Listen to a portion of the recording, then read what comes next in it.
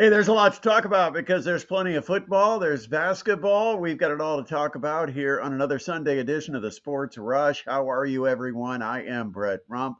Hopefully, we've got Adam Lundy joining us here shortly. But we are we are live, and that means you can actually connect with the show. We've got the comments open. You can comment any questions, comments, or suggestions. Just fire away, whether you're watching us on YouTube, whether it's on Facebook, maybe it is on X. We are available wherever you like to watch your favorite podcast. And don't forget, if you ever want to come back and listen, this, of course, will be saved once the live show is over. Busy weekend starting off with the college football playoffs Thursday and Friday. And now we know the national championship game is going to feature the Indiana Hoosiers and the Miami Hurricanes. We'll talk about that. We also have to talk about high school basketball. We were at a pretty good game, especially girls' game between Northrop and Snyder on Friday, but it sets up a huge Friday night out at Homestead and for both boys and girls basketball. And we're going to be there for both games coming up this Friday. We'll talk about that. We have college basketball with Indiana, Purdue, Fort Wayne, the Boilermakers yesterday. They took care of business, but it wasn't exactly the most impressive things. But sometimes you just got to win and move on. And the Mastodons did exactly that twice on the road. Now, it is not easy to get conference road wins, and the Mastodons made the trip east to take on Youngstown State and Robert Morris. These two schools, I don't even know if they're an hour apart, but for some reason, the schedule makers made this a Wednesday, Sunday, and gave the Dons a Friday bye. Just a screwy schedule from the Horizon League.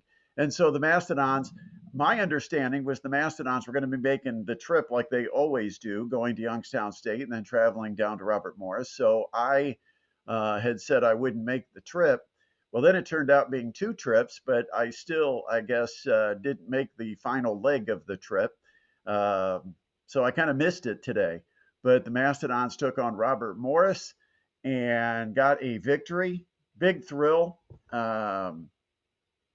But anyway, the Mastodons get the win over Robert Morris after they defeated Youngstown State and got the win over the Penguins or Gwins on Wednesday night. So it was a long week, two big road games, and two wins for the Purdue Fort Wayne Mastodons. So really good week for the men. Women, they went on the same road trip. They went to Robert Morris. They played Youngstown State. Their two games happened to be a day and a half apart. They didn't even get a full 2 days of rest. They played Friday or Thursday night and Saturday afternoon. And unfortunately, starting at Robert Morris, lost on Thursday and followed it up with another road loss to Youngstown State. It's not easy to win on the road. Let's just get that out of the way. When you go into a conference slate, you're hoping to win at least half of your road games and take care of business and go unbeaten at home. Well, the Dons had one to get back because they had lost a home game to Green Bay. And apparently that's given Green Bay quite a bit of confidence. Either that or Doug Gottlieb being a full-time coach has helped that group. But Green Bay, one of the hottest teams in the league right now. They are, I believe they've improved to 5-2 in the league. They get another win today, an impressive win over Northern Kentucky, a game that they led by like 17 points, 19 points. It was 19 at one point in the first half. And they ended up winning it by 2, but they held on. And so Green Bay keeps pace with the top of the conference, which right now is Wright State, because Wright State went on the road and got a big road win at Oakland. In fact, that was a game that was a total blowout. I think Wright State had a 29-point lead. I don't know if it ever got to 30, but I know it was at least 29 at Oakland. And then Oakland started fighting back, but just not enough time. It was too little too late, and Oakland got beat by 10. And so Wright State is finding themselves in first place. Now, the good news for the Mastodons is they've got Wright State twice still on their schedule. The bad news for the Mastodons is they've got Wright State twice still on there. You don't know if it's good or bad. You gotta, if you're gonna win a conference, you gotta beat those teams. and you got to give them their losses and try to avoid taking one yourself. But you also know that's the cream of the crop right now. That's Wright State is first place in the league standings, and the Mastodons still have two games against Wright State coming up, so they're going to have two chances to make up ground on the Raiders. And so Wright State with a big road win against Oakland. Of course, the Dons dropped the game at Oakland, so maybe overall it wasn't a bad thing that Wright State went and handed Oakland a loss, since Oakland won the first meeting against the Mastodons, and the Mastodons still have two games coming up against Wright State. All right, trying to connect here with Adam Lundy, and I'm going to try to do something while we're actually doing the show. I don't know if it's a different link or not, but I just want to make sure that Adam can connect with us. So I'm going to go ahead and send Adam his link so he can make sure to join the show. Um, that's all I got to do. I just got to click this button and send off a quick email, and boom, it's done. And I should be able to get Adam. We got to talk some Indiana football. It's the story of the sports world. In fact, Indiana might have the greatest sports story in the history of team sports. And I'm talking NFL, college basketball, college football. I don't know, as far as just as like Kurt Signetti said, if you were trying to make a movie about a great college sports story, I think you would make the movie about the Indiana Hoosiers and the turnaround under Coach Kurt Signetti. Two losses last year, one during the regular season, unbeaten during the regular season this year. The uh, the Hoosiers lost last year during the regular season to the eventual national champions, the Ohio State Buckeyes, and then lost in the playoffs to the team that eventually went to the national championship game and lost to Ohio State in the national title game, Notre Dame. So in 2 years, Kurt Signetti has not lost to anybody that has not played for a national championship, because now that they're in the national championship, their next opponent is going to be Miami, who, of course, is playing for a national championship. So Kurt Signetti will go through 3 years at IU, never losing to a team that wasn't part of the national championship game. That is crazy. But hey, guess who's jumping on with us? It is the one and only Adam Lundy. Apparently, he waits to be invited, and then finally Hey, got his invite, so here he is. I'm like a vampire. I'm not allowed in unless you invite me in. And I've now been let into the building. Did it block? Did it block you? Is I don't know how that works because I'm always on this side of it. I have no idea, but Uh, I finally got the email invite, and I'm well, in I here had to now. do it. It was multitasking, Adam. You know me. I'm not the world's greatest multitasker. So I tried to Hey, actually, while I was talking, I was trying to type up your email address and everything. So what did I I miss? think I did it pretty discreetly, and I don't think anybody one noticed. Hey, while you're here, make sure you do subscribe to our channel. If you've not become a subscriber yet, now is the time. Go to YouTube, watch us on YouTube, be a subscriber, click the bell so you get alerts when we go live, and also you can leave comments. And I know we've got some comments that are already coming in. I've got one from Nick Parker. Also, Ryan has weighed in. Um, Dub Bears. Yeah, we got to talk about the Bears. What a comeback win last night. I know I'm in jeopardy of alienating a few of the Packers fans we have. Adam, give me your rundown by percentage of NFL fan bases based in the Fort Wayne market. Like if I was just doing this for the Fort Wayne radio market, let's say, even though Mhm. now we stream over the whole world, but we know our niche. But if I was doing this for Fort Wayne, what percent of people that are sports fans in the Fort Wayne area are Colts fans among all NFL teams? In Fort Wayne, I'd probably go with about 50 to 60%, somewhere right around there. And then I would give the Chicago Bears, a good 30. Uh, and then I would probably go like 20 and 10 with the Lions and Packers after that. But then you got to take into account the Ohio teams too. They sneak in here too. Yeah, I So, where I was at, I was at probably about 50 to 60% Colts fans. It might be slightly higher, but I would say six. Let's go with 60% Hmm. Colts fans. And then I would say number two is probably the Bears, and I would say that's 15 to 20% of the total NFL fan base. But then when you get to third, I think there's teams that are kind of sneaky. The underground fans in Fort Wayne. You've got Steelers fans, Hmm. you've got 49ers fans. I know a few of them. And I don't know why they're 49ers fans, other than that they might have grown up during the Joe Montana, Steve Young, Bill Walsh era, where the 49ers were winning championships. We know a couple of Dallas Cowboy fans. So there's that miscellaneous group. But Hmm. I would say it's Colts, Bears, Lions, I think, are third. That's what I would say too. Yeah, Lions third. Lions maybe 5 or 6%, I and guess some then you start going into that group that's Packers, Bengals. Steelers. Packers Steelers might be the next group as far as the secondary teams, um, and then uh, and then it kind of breaks off from there. I'm not sure where I would go at that point. You've got Cowboys fans here. You've got Bengals fans, Browns fans. We've got Browns Yeah, fans, definitely. those that have been inherited as Fort Wayne residents out of the state of Ohio. Mike Nutter. Dan Austin works with us, Yep, afternoon talent on K105. He's a Browns fan. big Browns fan.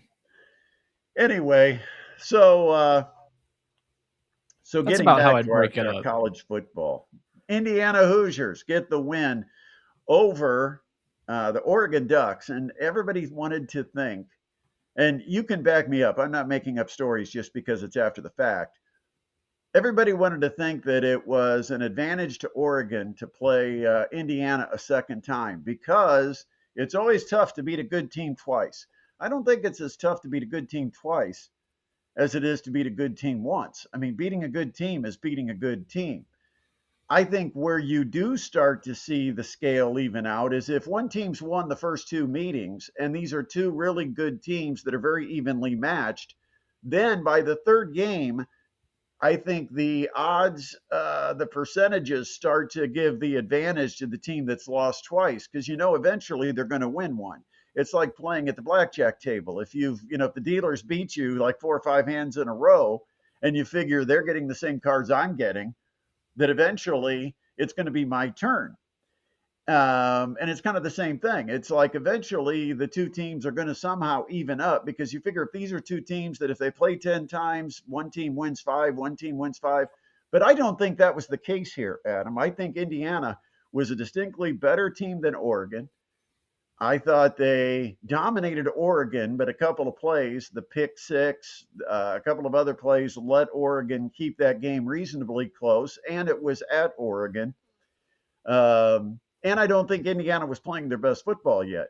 But I think now Indiana was playing well enough that I thought they were going to comfortably beat Oregon.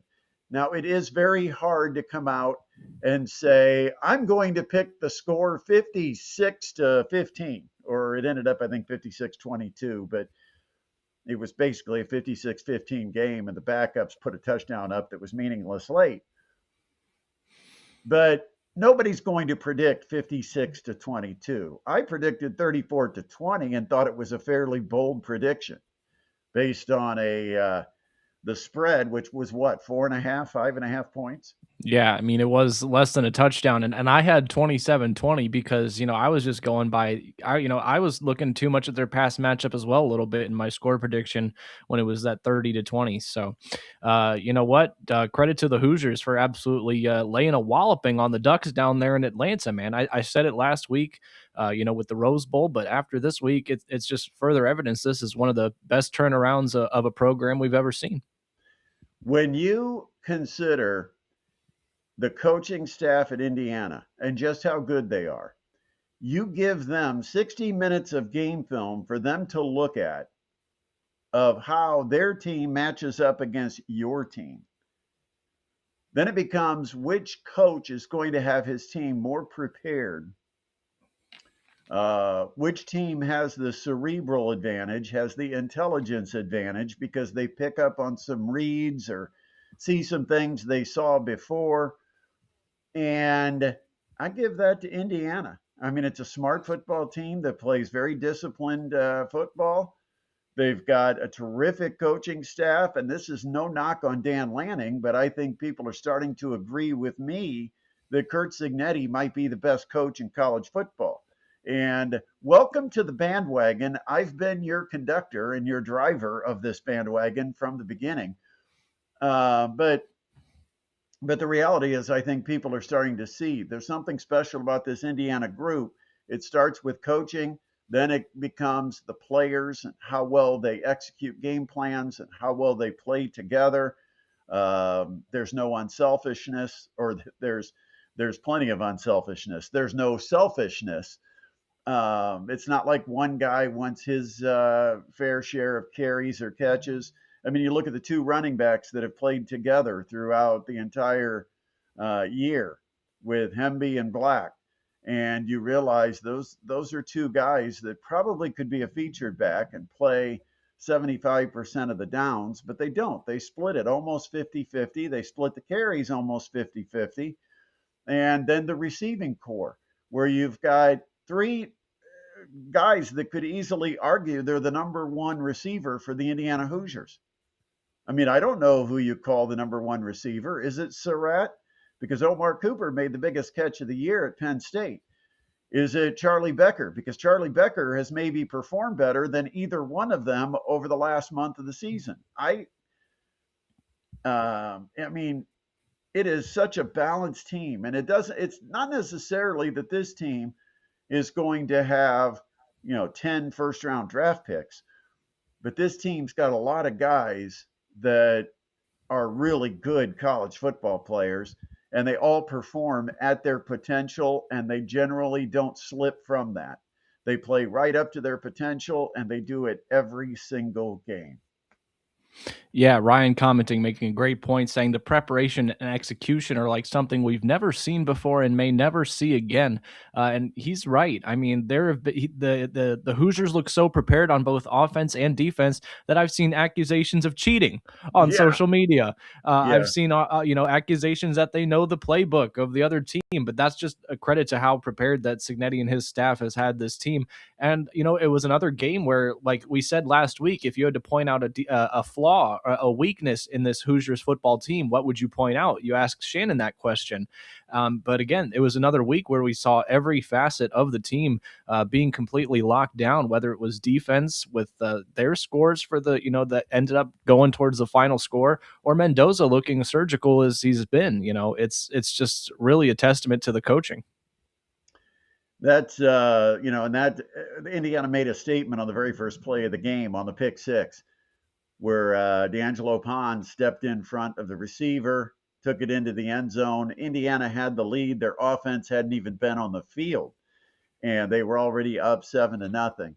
But just a very prepared, methodical effort against Oregon. And I'll tell you what, people are appreciating what Indiana is doing. They finally have noticed it, and they are showing some respect. Last year Indiana did fairly similar things. They only lost during the regular season at Ohio State. Not the worst loss you could have, although they didn't perform well. And for many people, that was their one look at Indiana. Oh, they got a second chance to see Indiana, and that was the college football playoff against Notre Dame, and they got rocked again. And so a lot of people, I think, in their minds remembered those two moments because they were the only Indiana moments that they had seen from last season.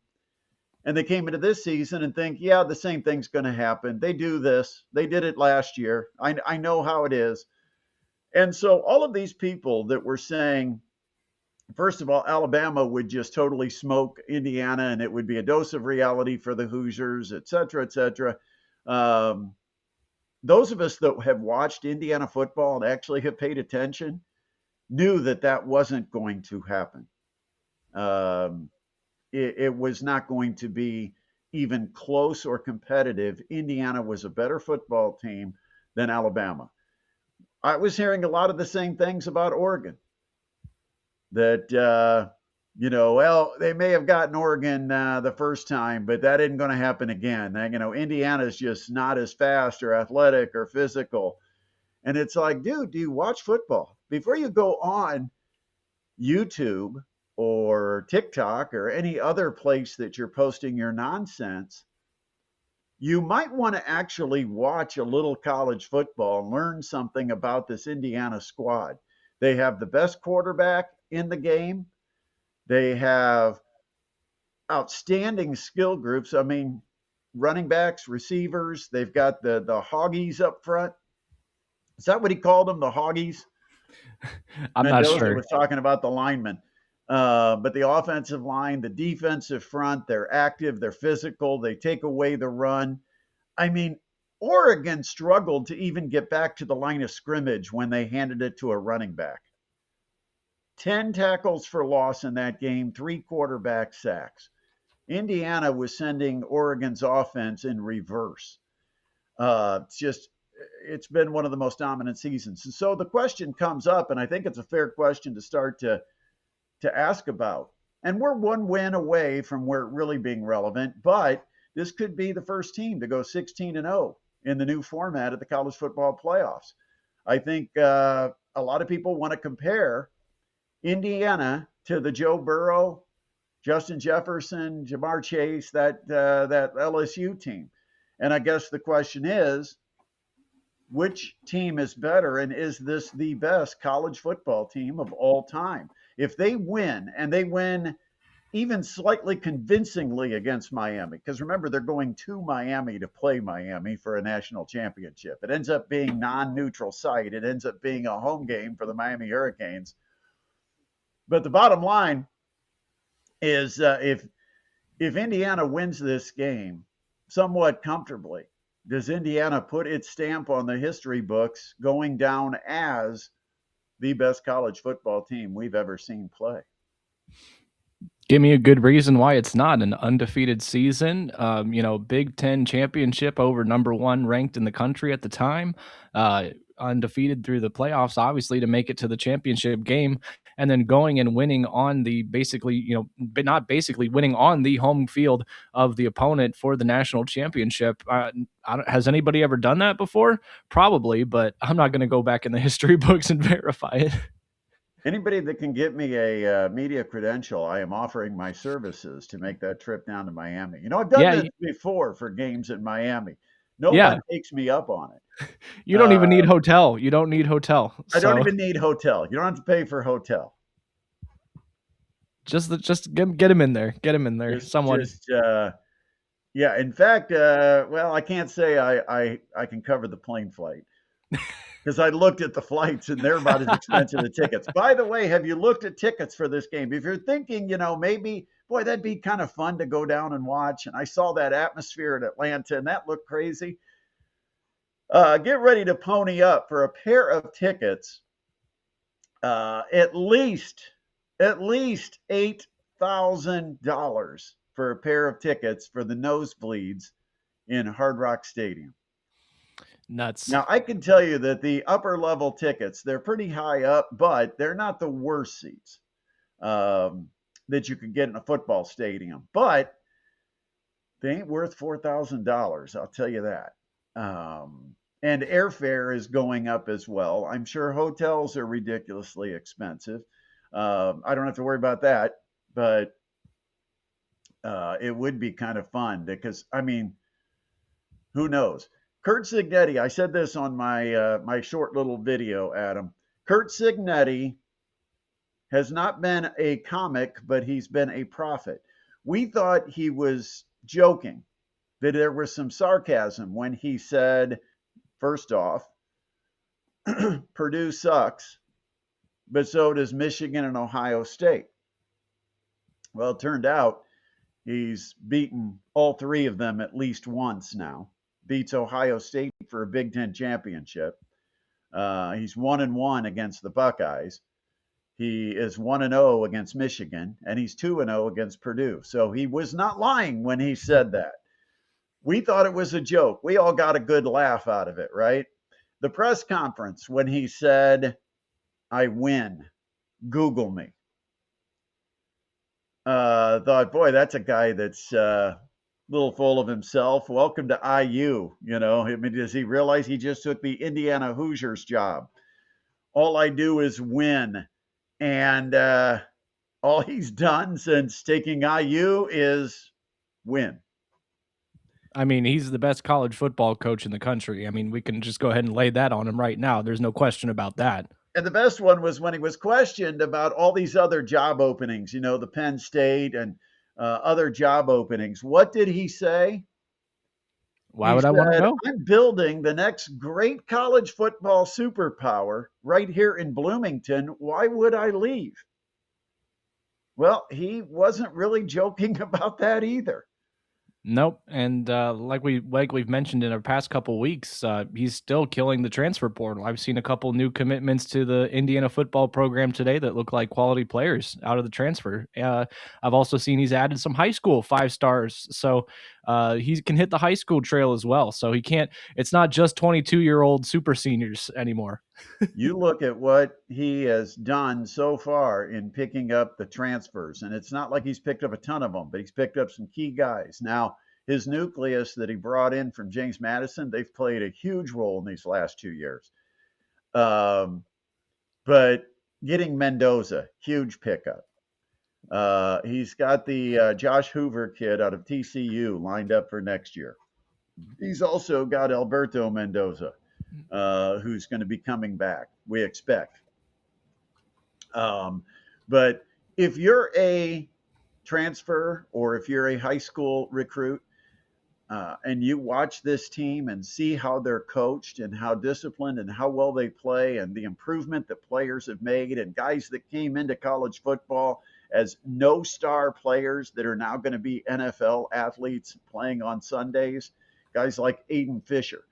I don't think he had a single star. I don't even think he was being reviewed on the boards. He was just a guy that loved to play football and was a little undersized, and he got his opportunity and he made the most of it. Ended up at Indiana, where he's become an All-American.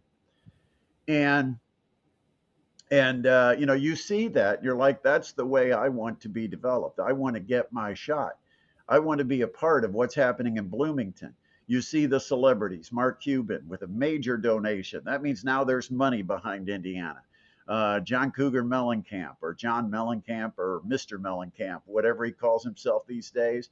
You've got the largest alumni fan base in the country. The way they showed up, that was ridiculous, wasn't it? In Atlanta, Oh man, I knew it was going to 95% of be. that stadium was red. I knew it was going to be a good Indiana turnout. I didn't expect 95%, but man, not a lot of green to be seen down there at the Peach Bowl. Yeah, I thought they'd have the advantage, but I mean, they completely locked Oregon out of any chance of coming. And so now it'll be interesting going to Miami's home stadium.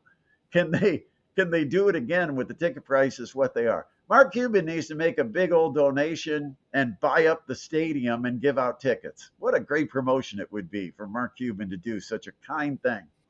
Yeah, if anybody has the money, it's Mark Cuban. So that would Well, be Ryan fantastic. Ryan's saying that he's heard Mark Cuban gave $1 billion to IU. I don't think it's a billion. $1 billion. I Yeah, don't I know, don't but think it's a billion. I still, it was a I good would one. not be surprised if it was 10 to 20 million Me neither. Yeah. as a chunk to put into NIL funding. But Ryan, I want to know who told you $1 billion, because I $1 mean, billion.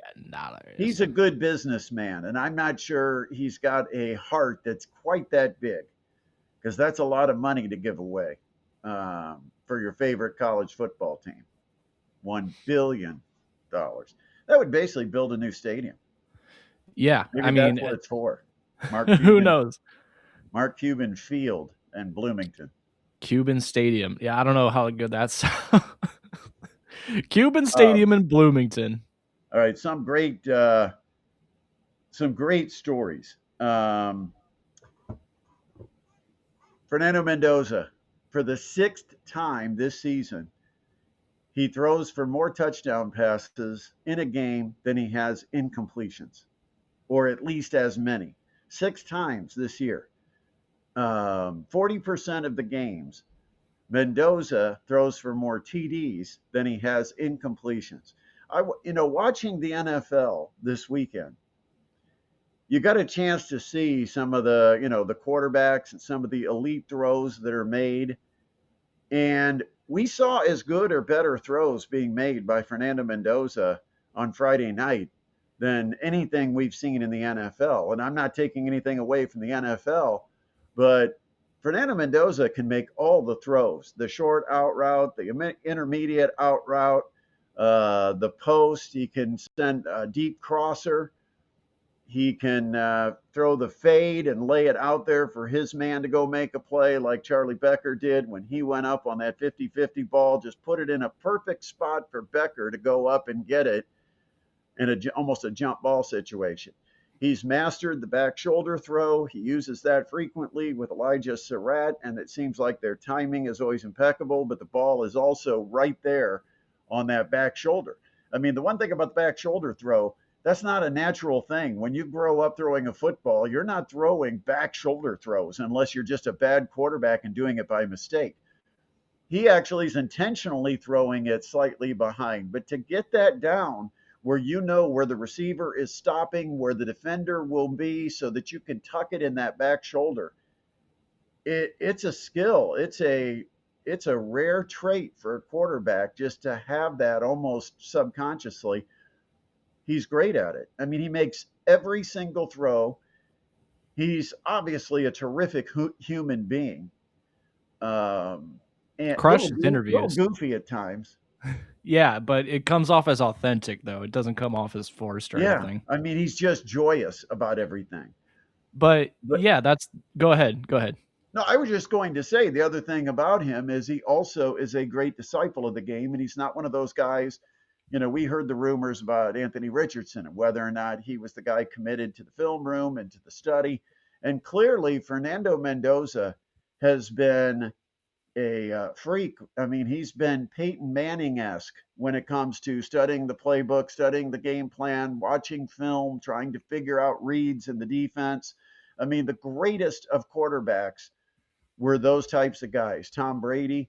Tom Brady would know what the defense is before they even lined up. He could just see in the eyes of the defenders what kind of defense they were playing. And that's the kind of thing Peyton Manning did. Fernando Mendoza is doing that. I mean, he's one of those guys that's almost a can't miss prospect because he's got the skills, he's got the athleticism, he's got the size that NFL teams love, and there's nobody questioning his brains or work ethic. The whole package is there. Yeah, But now let me tell you where there's stupidity. The people in the NFL that think that Kurt Signetti is going to go to Las Vegas just so he can continue coaching Fernando Mendoza. no, that's not going to happen. I Yeah, don't see it. Signetti wants to take over the worst NFL team with all of that NFL pressure in a league that he's never coached at before and leave what is a lifetime deal. The guy is 60, what is he, 62 years old or something? He's cruising toward retirement and he's never got to worry about searching for a job again right now because I don't think Indiana's ever going to let him go. And if they do, it's going to take 5 or 6 years of really bad football before they do it. And by then, he could just say, screw it, I'm retired. And so he never has to go on a job hunt again. He certainly doesn't have to worry about paying his mortgage. I mean, Indiana has upped it. I mean, I think with the bonuses and everything, he's going to end up pulling in like 12 to 15 million dollars this year, right? Right, and he'll also never have to pay for a meal in Bloomington for the rest of his Yeah. life too, especially if he Yeah, wins that the big beer one. that he wants to go drink after the game, I don't think he's the one that has to buy it.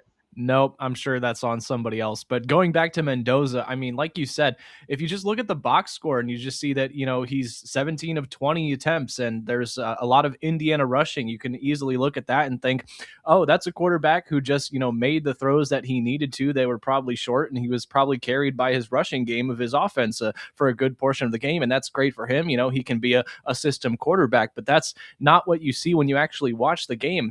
Some of those 17 completions were, some of those long game breaking sort of plays that we've seen him make, not just against the Ducks, but all throughout the playoffs and earlier in the season. So he's not just a system quarterback. He's a quarterback that you can also rely on to make a big play or a big throw, especially in tight situations, late game sort of situations, end of half sort of stuff. So yeah, it's easy to overlook him just from the box score, but there's a lot more there.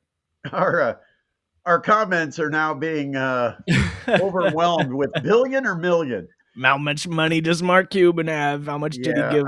Now, could Mark Cuban have made $1 billion commitment? I don't know that he would have written $1 billion check, but I could see where he could maybe say over the next 10 years, over the Yeah. next 20 years, I'm going to commit $1 billion to this program.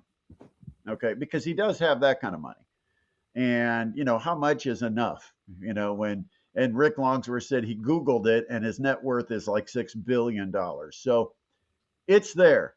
All Mark Cuban would say about it when he was confronted and asked specific questions about his donation to IU was he said, IU is much happier this year than they were last year.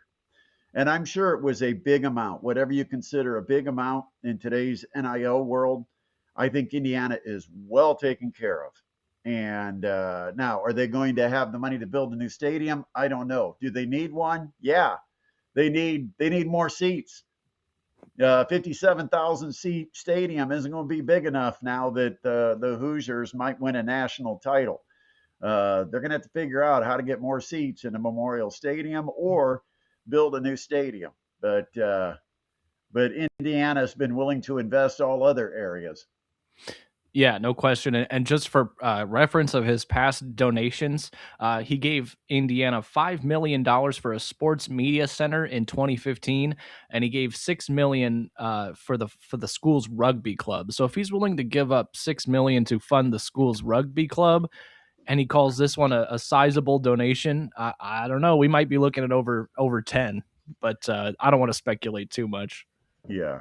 I mean, right now, 10 to 20 would be a considerable donation to the NIL funding. And the question too, is it for athletics? Is it meant to be distributed between football and basketball? Who's got the discretion as to how that money is used? Um, is it directly through an NIL collective or is it just a donation to the athletic department? I don't know. But I know that Mark Cuban's got very deep pockets, and Indiana's very happy that he does as of today. I can say Yep, that. it's good to So be winning. Indiana, Miami. Well, Woo! Indiana recruited a scout, and now you're going to have one of those situations like the dude at Michigan, where somebody's going to start saying, "Hey, there's a guy on the Indiana sideline, and I saw him on Miami sideline a lot this year. He was probably stealing their signs," and it might be true. Brock Schott, local guy out of Leo High School, spent his freshman year with the Miami Hurricanes. And just over the last week or so, left the Hurricanes. He's now with Indiana. And so, wow, what a weird feeling for him going back into the stadium that you've called your home field all year long as the road team now with Indiana to face your former team and all your teammates from this season in the Miami Hurricanes. But that's part of the weird transfer portal dates. These kids have to decide to leave a program that's still playing in the postseason. And then he happens to jump to one that's still playing, and now they're playing each other for the national title. And he's probably still got his Miami gear. Hope he wears the right clothes. Hate to see him on the sideline wearing some Hurricane shoes on the Indiana sideline. Yeah, but no, that is really cool that he will be coming back to play for the Hoosiers. Definitely a quality player. So looking forward to seeing him in the Korean Crimson. I got to throw this in. I don't even know because none of our topics really match it perfectly. So it was not going to be a smooth segue for me to mention this topic, but I thought about it over the weekend because somebody had an argument with me or at least a debate and brought up a really good point. We were discussing it, saying, why are kickers so underpaid in the NFL? Why are they so undervalued? Why is a guy like Lucas Wynn from Bishop Dwenger, who can kick 50-some yard field goals, why is he not being aggressively recruited by a college program. Um, Field goals make a difference.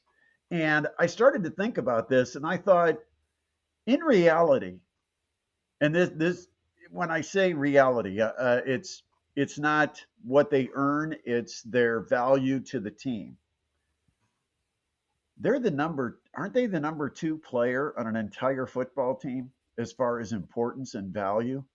To have a reliable, good kicker, especially at the NFL, where a lot of games are decided by a field goal. I mean, just look at the playoffs. Look at the Packers last night.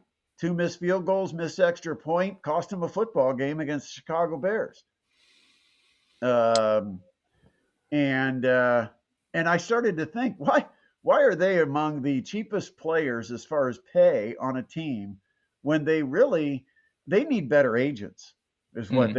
they need. They almost have to have their own union, the union of the foot guys. The game, the game is football, and they're the only ones that actually use their feet. Um, Yeah, it's a good question. I mean, they're usually some of the highest scoring, players on teams throughout they the score the season as most far as important points. points of the game. I mean, Yeah. the Philadelphia San Francisco game. What happened? San Francisco scored, went up 7-0. Philadelphia came back, thought they tied it up, but Philadelphia missed the extra point, and it's still a 1 point San Francisco lead. That Yep. point could come back to be huge because right now, instead of it being a 4 point lead for Philadelphia, it's only a 3 point lead. So a field goal, again, coming back to the kicking game, could tie the score. And I'm just wondering, why are kickers not paid? You got quarterbacks making 45, 50, $55 million a year. Why are kickers only making like $1.5 million or $1 million for good?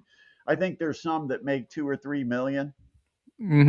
I think the argument would be that there's probably a better chance of a good kicker, waiting elsewhere in the reserves somewhere, just waiting for their chance to get onto a field, than you have chances of a top, quarterback waiting in the wings. You know what I mean? There's always another kicker that's just coming out of Yeah, there's college. always a quarterback out there that can complete 50% of his passes too. Anthony Richardson. No. There's a lot of guys that line up to make 30, $40 million a year and complete 50%. What I'm saying, Hey, and I don't so know. what I'm saying is the really good kickers. Why? Did Vinatieri ever? He didn't make 10 million, did he? He made 6 million or 8 Six million. sounds about right. Yeah, 6 or 8. But anyway, that was neither here nor there. Um, all right, so NFL playoffs. We got to talk about the Chicago Bears. What an amazing comeback! Yeah. Caleb Williams leads the Bears to the big comeback win against the Green Bay Packers. Who made the bigger statement in this game? Was it the Chicago Bears are for real, or the Packers' run is officially over? Ooh. I think that's so tough because they're almost intertwined. It's like the fact that the Bears are back means that the Packers run is over. You know what I mean? It just feels like because now the tides have turned, the scales have tipped in the balance of Chicago. That's part of the reason why the Packers, it feels like their era is dying. That was a terrible way to lose a playoff game last night, giving up that lead.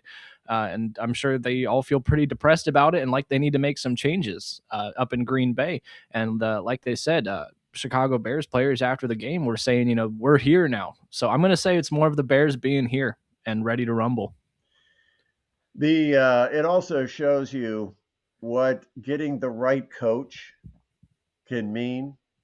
Um, it's been 2 years that Ben Johnson was the hot name as far as an assistant. Mm-hmm. And you saw Ben Johnson comes, takes over the Bears. The Bears win the division. And what happened to Detroit? Not even in the playoffs. No, they Ben fell apart. Johnson is a hell of a coach. I mean, that's when the team you leave falls flat on their face and the team you go to all of a sudden becomes a much better football team. You got to give him credit with what he's done with Chicago and his development of Caleb Williams, because Williams now looks like a much more confident quarterback. It looks like a team that has confidence in him. I will say Colston Loveland is starting to look like a decent tight end. He's making some plays. They're figuring out how to incorporate him into the offense. And Caleb Williams found him a couple of times on some big plays last night. And now I still will say that there's no debate that Tyler Warren was a better pick than Colston Loveland. But I never have said that with the thought of it being a offending Colston Loveland or his Right. mother, who started following me on X when I said it. Somehow every comment gets heard or found. Oh yeah, by moms But yeah, especially. all of a sudden Mrs. Loveland showed up on my X as a new follower. I said, "Oh, I better watch myself now because now I Yeah, got mom watching." But they'll I sniff still you will out. say, and I will say this directly to her, and I might actually be saying it directly to her right now. That Colston Loveland's a solid tight end. There's no knock against him. Tyler Warren was the obvious pick if you needed a tight end in this past year's draft. He was the obvious choice. He can do more things in more positions, better blocker. Um, and I don't think the Colts have still hit the tip of the iceberg on what Tyler Warren can do. But but the Bears are kind of finding a comfort zone for Colston Loveland on the routes that he's running and some of the seam routes down the field, especially matched up on linebackers because of his height, his size, his speed, his athleticism. And he's going to be a good player for the Bears. But Tyler Warren was still the pick if you were looking for a tight end. Sorry. But no, Caleb Williams was good. I think the Bears are a good football team. I think in some ways this division dropped because of the coaching changes, because I don't think Green Bay is as good. And Minnesota, of course, was, I don't want to say a dumpster fire, but they had plenty of issues this year with the injuries at quarterback. JJ McCarthy maybe not getting the experience he needs. He's not Anthony Richardson. He's above that. But, he's got to have time to get the reps and develop, and just not there yet. And so I think the Bears might be the best of the division. I think they've probably proven that this year. I shouldn't probably debate the facts, um, but I think Green Bay is at the end of this current era. And now the question is, what do you do if you're at Green Bay? Does the era start? They're bringing a new general manager. Does it start with a new head coach?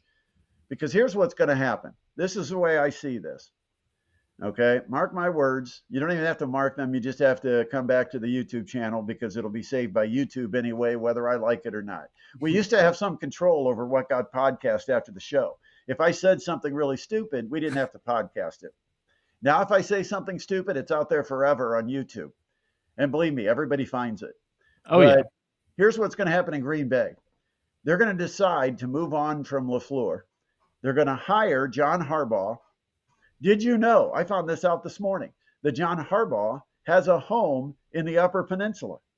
Huh, I did The not Upper know that. Peninsula is just down the road from Green Bay.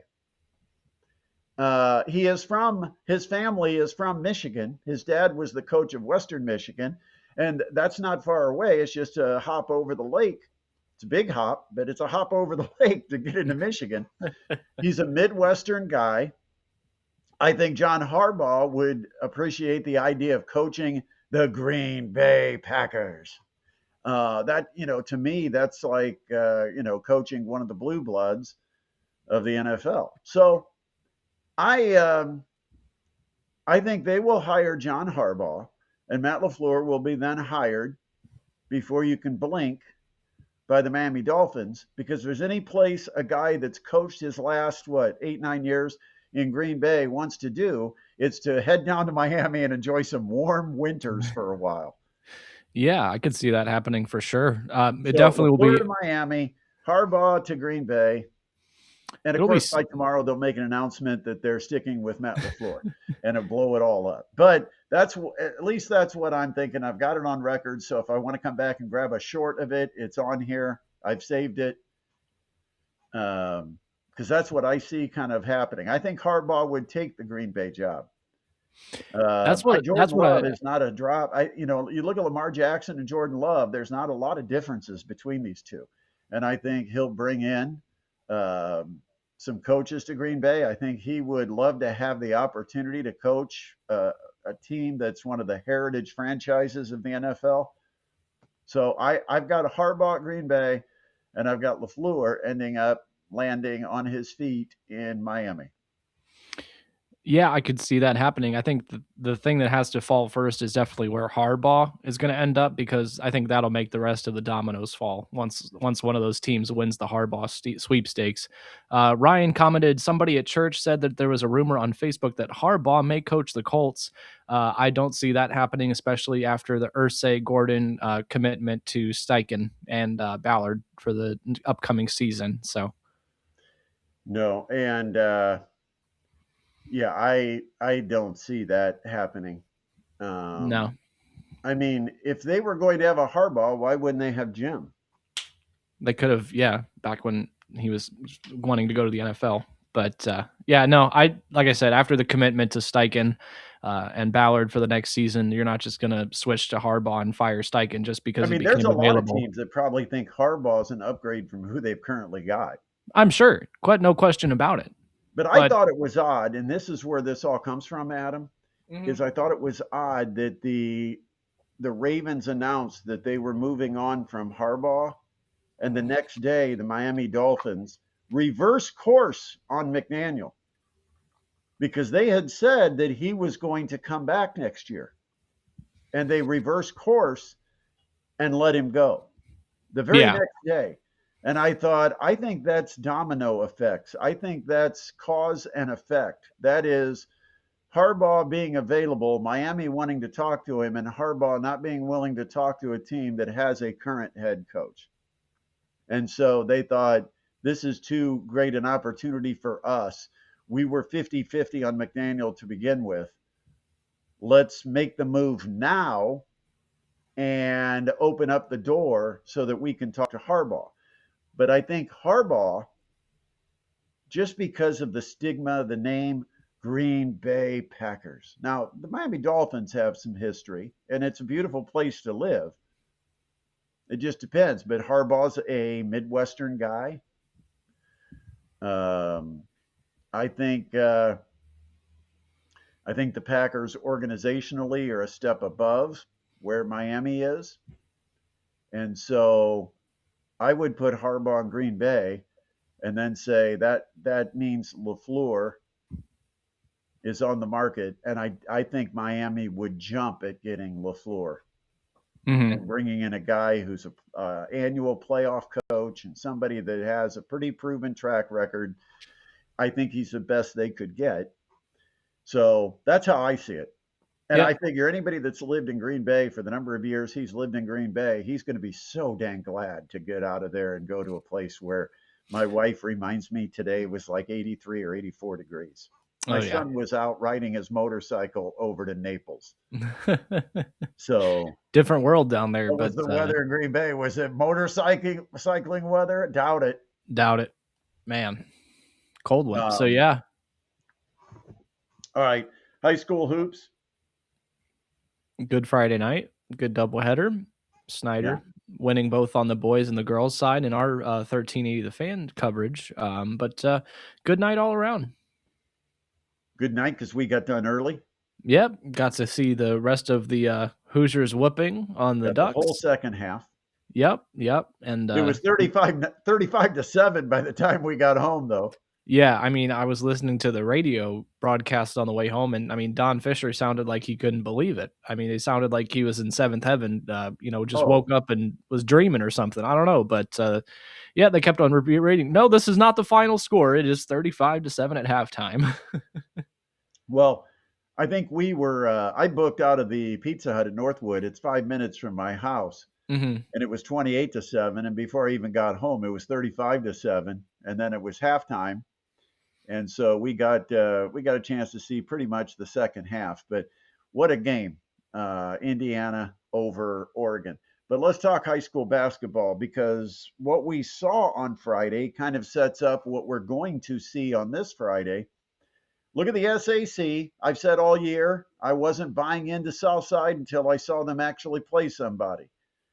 Uh, Again, no offense to Southside, I think they're a good basketball team. You have to be good to be undefeated at this point in the season, but I wanted to see them raise the level of the talent of the teams they were playing. I thought they were in some holiday events that were a lot of mid type teams. I thought they kind of underscheduled early in the year. Their SAC opponents to this point were not the teams that were contenders. And on Friday, they were playing Homestead. And I thought, we'll see what they do against Homestead. They got them on their home floor. Let's see what they do because I think Homestead is a contender in the Summit Athletic Conference. I don't think there's any question about that. And they got whooped. They made a run at them late, got it down to what, 4 or 5 points, but ultimately Homestead controlled that game for the majority of it. And so now we saw Snyder beat Northrop. I don't think it was their best game, but did Snyder look past Northrop? Maybe. Northrop was winless in the conference, and I think they're now like 4-9 overall or something like that. Mm-hmm. But you've got Snyder and Homestead, and this sets up not only a great boys matchup where Snyder has just the one loss that came to Southside, and they're 3-1 in the conference. I think Homestead is what 4-0, Mm-hmm. 3-0. 3-0, and Snyder I believe is 3-1, Mm-hmm. and and that's on the boys' side. And then on the girls' side, it can't get any better. The two teams tied for first with 6-0 records. Snyder and Homestead are scheduled to meet this Friday, and the winner will take a giant step toward winning the Summit Athletic Conference title. And the Snyder team is going to present a real challenge to the Homestead girls team. I know the Homestead girls team, they're loaded with Division I athletes. They've got them in all different ages. But Snyder has that big, the post, the freshman, Mackenzie White. That's something that Homestead does not have. They don't have a big post presence. And I think that's going to cause problems. It could cause foul issues for Gabby Helsum, who's probably going to be the player called on to try to guard Mackenzie White. That's going to be a real challenge. So it's going to be a really unique matchup between these two teams. Don't just assume because Homestead's got all the star power and they were the preseason pick to win state, etc., that Homestead's going to blow Snyder out. For most teams that play athletes in basketball instead of actually have a true five player, because a lot of teams don't have a post like Snyder has, those teams are going to get dominated by Homestead because when you match up athletes with athletes, Homesteads can really shoot the basketball and they're going to beat you. And they're very well coached. Rod Parker's a terrific coach. And so this is going to be a very intriguing matchup with the pressure, because Homestead also had a problem in the loss to Norwell of turning the ball over. Snyder is going to try to force turnovers, and they're going to try to get the ball down low to their freshman, Mackenzie White. She is just a freshman. And that's going to be a challenge, I think, to Homestead. And we'll see, can Snyder guard Homestead? And will playing pressure defense and trying to trap and force turnovers will lead to Homestead buckets? We'll see. But it's going to be a great girls' game. Yeah, no question. Got to see a little bit of White play on Friday night when we saw that Snyder girls game against Northrop, and they were definitely. She was getting to her spots down low, and they were going to her and getting the ball to her very well, especially in that third quarter, which led to that run that got Snyder the lead eventually in that second half. So definitely going to be looking forward to seeing if White can be a bruiser like that too, like you said, against the Homestead girls. Looking forward to that matchup. By the way, I thought it was really cool because the way we set things up for Friday night, and I hope we do it again this Friday, to set it up so that the post game show is the girls' post game with you and Dude on site, because I thought that was pretty cool. But it also gave you a chance to be at a game, because you rarely are at a game that we're broadcasting or that I'm broadcasting, because you're usually the guy back in the studio pushing the buttons. Yep, And either that. Either And that or so I you have to were get to the sitting next post. to Yeah. me. Yeah. You were sitting next to me for that girls' game, waiting to do the post game show. And I thought about this after the night was over. I thought, I'm not sure if Adam has ever been at one of our broadcasts because you're usually the producer in the studio. Is that the first time you've actually been to a game where we've been broadcasting? Yep. Because, like you said, I've either been the producer or I've been going to the Pizza Hut to do the post game. So yeah, it's nice to actually have been able to see the girls' game, or at least a good portion of it, and hopefully, yeah, we will be able to do it this And you've been at Friday. the football games because you produce and tech the pregame. So Yeah, you're but there and you're not in the booth with us, but I usually have to leave by around the end of the first quarter or so, or around close right before halftime, so I can get to the Pizza Hut and set up for post game for those as well. right. But you're at the event. Yes, This I am time at you're the not event. only at the event, you were sitting right next to me. And so that had to be Very kind of cool. a interesting experience. Yeah, yeah, and like you said, the post game was really fun there with the atmosphere at Kilmer Court in between games. So yeah, let's shoot to do that again this Friday at Yeah, I hope we Homestead. do because we will be bringing the doubleheader to life on 1380 The Fan and 100.9 FM. We don't have to worry about half of our audience watching another game or listening to another game. It's about Nope. us on Friday. It's about us. Me, Listen to me. us, man. No football to get in our way on Our Friday feelings night. got hurt last Friday for all the people that said, "Yeah, I was watching IU." No, you weren't. You were listening to us. No, I wasn't. Yes, you were. Hmm. Hmm. No, so listen to us because we've got two great basketball games. Yeah, Snyder, Homestead, girls at 6, boys 7:45, right on the radio at 1380 The Fan and 100.9 FM. All right, we got to talk Mastodons basketball. They get two huge road wins. I'm taking Huge. credit again. I'm Let me taking tell credit. you, it's right here, man. Can you see me? Right here. Who Mhm. wants it? Who's Yeah, got the heart? Who's going to play hard enough to go get a road win? Because it's road tough, man. yeah. For those wondering why I'm saying I'm taking credit, it's because they've been winning since I've been back producing on the soundboard for the games. Adam They went had on vacation, and we had two producer that covered two games while Adam was gone. Those two games were Milwaukee and Green Bay. What was the Dons' record in those games, Adam, that you were gone? 0-2, and they scored under 60 points both games, I believe. So clearly, those two losses can be attributed to our producer for taking time off. Unfortunately, hey, I'm glad to be back, and I'm glad the win streak is back alive at 3 after that win today against Robert Morris. Great win.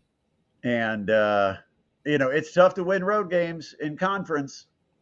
I mean, you've got to be the aggressor. You've got to be the tougher team. You've got to withstand runs because the other team is going to make runs at you. Yeah, And I wish they didn't. The Mastodons had both of these games in, a chance to kind of put it away and make it yeah, comfortable, but it went right down to the last possession. They even had a turnover late in the game. I mean, with just seconds remaining. It's like, no, you don't throw the ball right into the sideline where they're going to be trapped. What are you trap. doing? Yeah, it did lead to Robert Morris getting the ball, and then probably the block and defensive play of the game.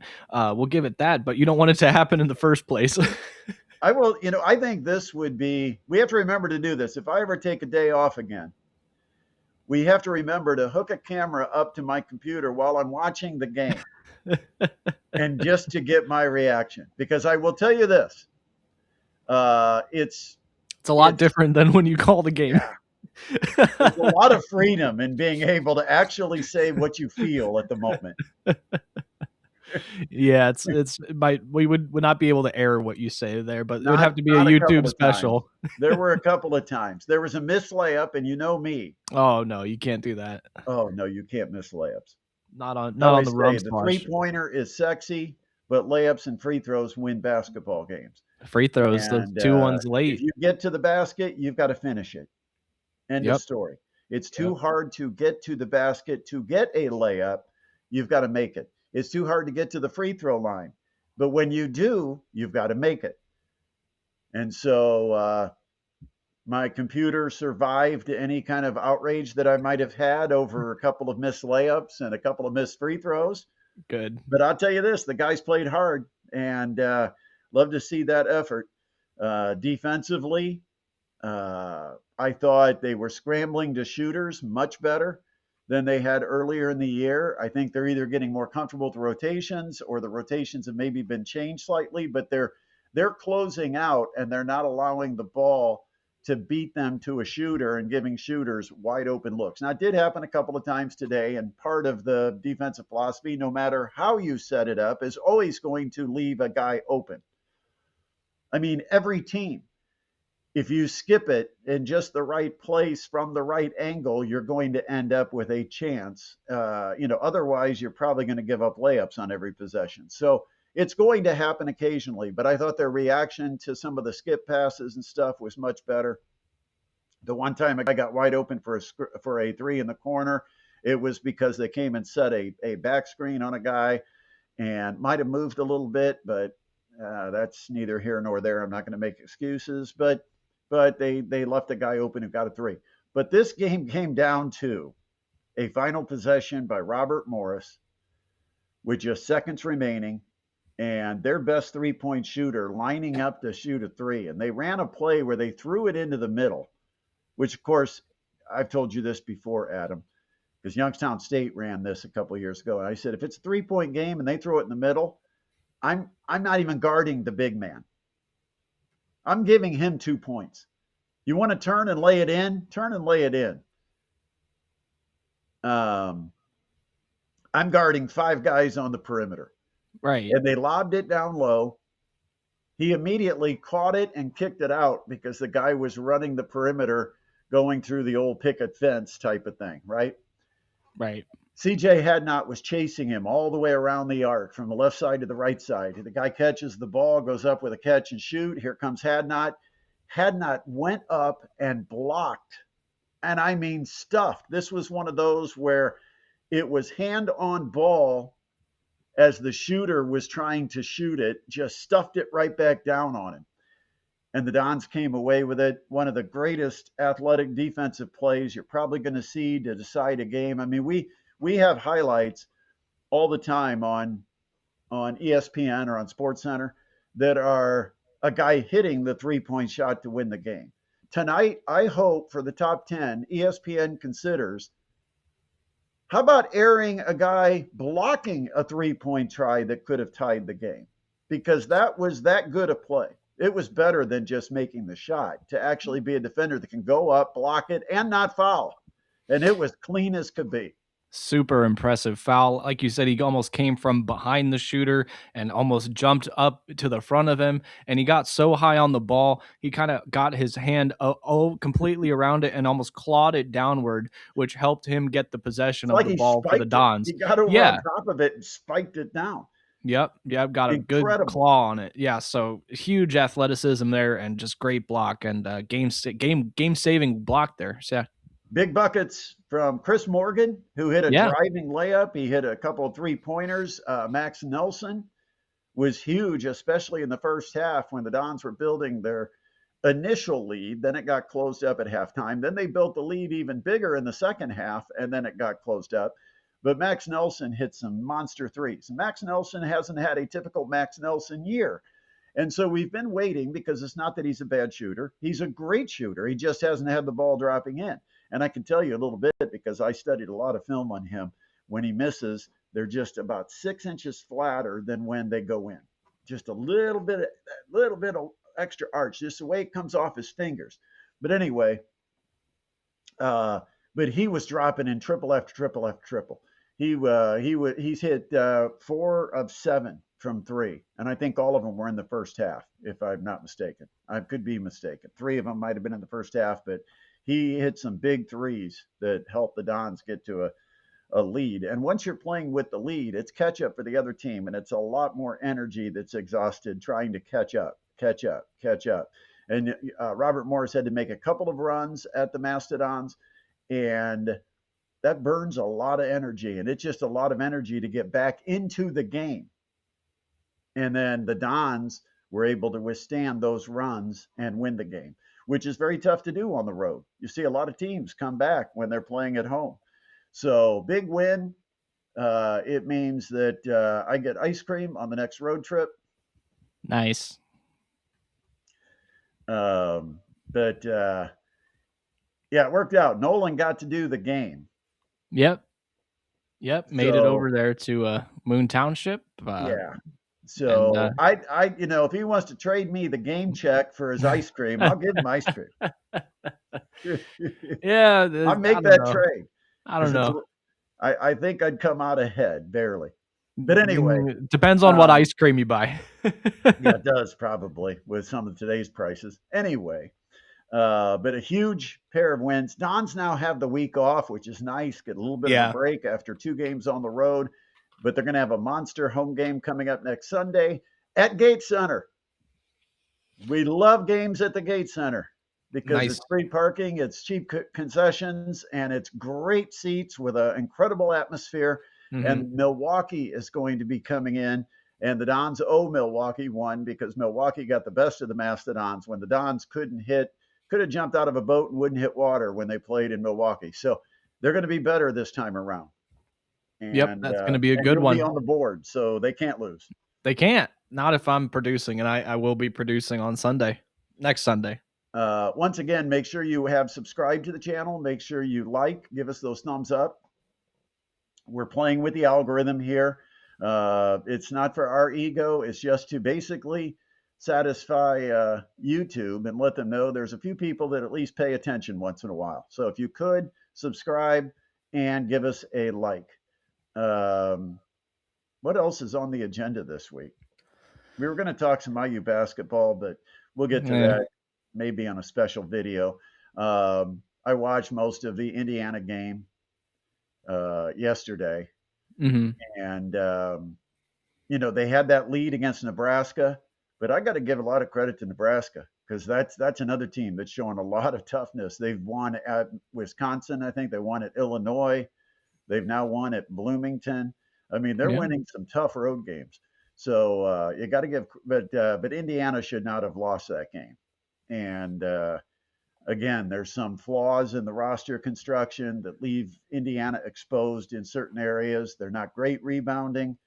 And so Nebraska took advantage of them and came back and won. But Indiana, I think Indiana's top 5 team, top 6 team in the Big Ten. I think Mm. that's where they're going to finish up. We'll Uh, get to them when the football's done. the By the way, Rick Longsworth said he self-censored.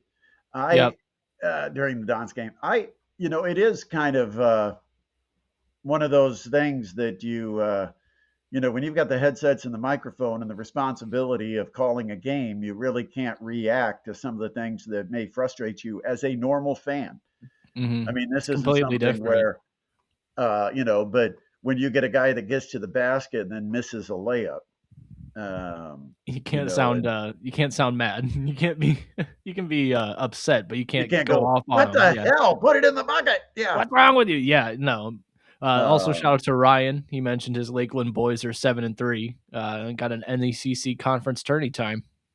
there's also every game, and I've mentioned this on the air, but I don't have the big reaction. But every game seems to, especially in a game that has runs or swings of momentum, every game has a shot or two that is the dagger, or I call it the money ball. That shot that if it goes in, the percentage goes from you winning at 60% to you winning at like 85. Like it's a huge jump if the shot goes in. Hmm.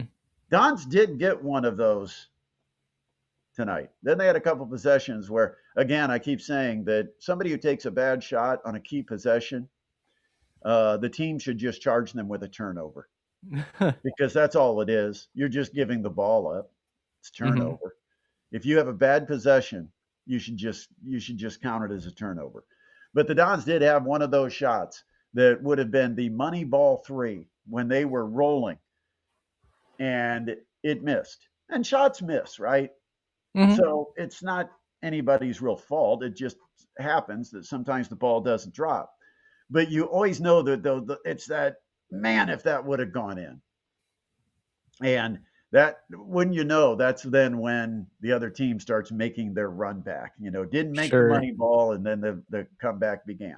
But what was great is with all the momentum, all of the energy in the crowd, Robert Morris getting a second win, that the Dons were still tough enough to win the game, because that's what it's all about. You take the win and you don't make excuses for it. You don't, you fix some of the things that might have been a little broke during the course of the game, but you got the win, and that's what you want to do. You want to learn from a win, not have to learn from a loss.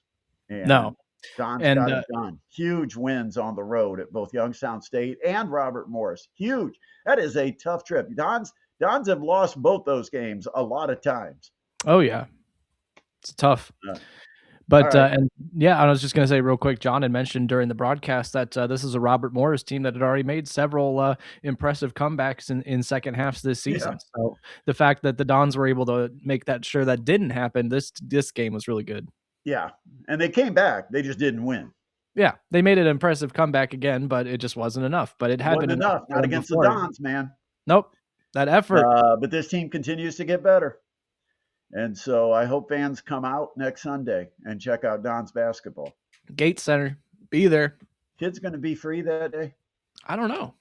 They should be, but if Go to not, it's still cheap. gomastodons.com and check it out. Maybe, because kids free is a good deal. It is a good deal. Makes it a But lot of fun to bring the kids out and not have to pay for them. All right. That'll be it for today. Have a great week, Adam.